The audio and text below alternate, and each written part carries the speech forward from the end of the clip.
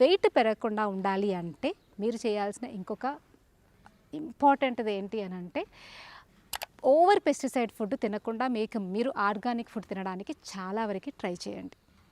ఇది నిజంగా చాలా ఇంపార్టెంట్. ఎందుకు అంటే దీనివల్ల మీలో హార్మోన్స్ అనేవి చాలా డిస్టర్బ్ అవుతాయి. మీరు ఎంత మంచి హెల్తీ ఫుడ్ తిన్నా కూడా అది పెస్టిసైడ్స్తో ఉన్నట్టయితే దానివల్ల రావాల్సిన బెనిఫిట్ మనకి రాదు.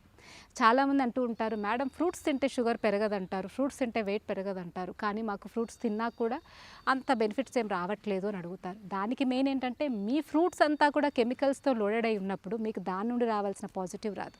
కాబట్టి మీ సమయంలో కొంత సమయం వెచ్చించైనా మీరు ఆర్గానిక్గా దొరికే ఫుడ్ ఎక్కడ దొరుకుతుందో తెలుసుకొని ఆ ఫుడ్ని మాత్రమే తీసుకోవడానికి ట్రై చేయండి వీలైనంత వరకు. సో ఇది చాలా ఇంపార్టెంట్ పాయింట్, మీరు కన్సిడర్ చేయాల్సిన పాయింట్ కూడా. అండ్ లాస్ట్ వచ్చేసి ఫిజికల్ ఎక్సర్సైజ్ అనేది చాలా ఇంపార్టెంట్. మీరు అధిక బరువు పెరగకుండా ఉండాలి అంటే ఫిజికల్గా యాక్టివ్గా ఉండాల్సిందే.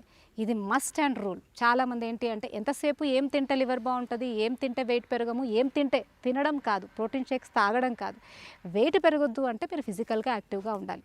అంటే చాలామంది ఏంటంటే పొద్దున్న లేవగానే ఒక హాఫ్ అన్ అవర్ వాక్ చేస్తాము అంతే, ఆ తర్వాత మొత్తం టీవీ ముందు కూర్చొని జస్ట్ ఛానల్ తిప్పడమే సరిపోతూ ఉంటుంది. అలా కాదు, ఫిజికల్గా యాక్టివ్గా ఉండడం అంటే మీ త్రూ అవుట్ డే కూడా యాక్టివ్గా నడచాలి.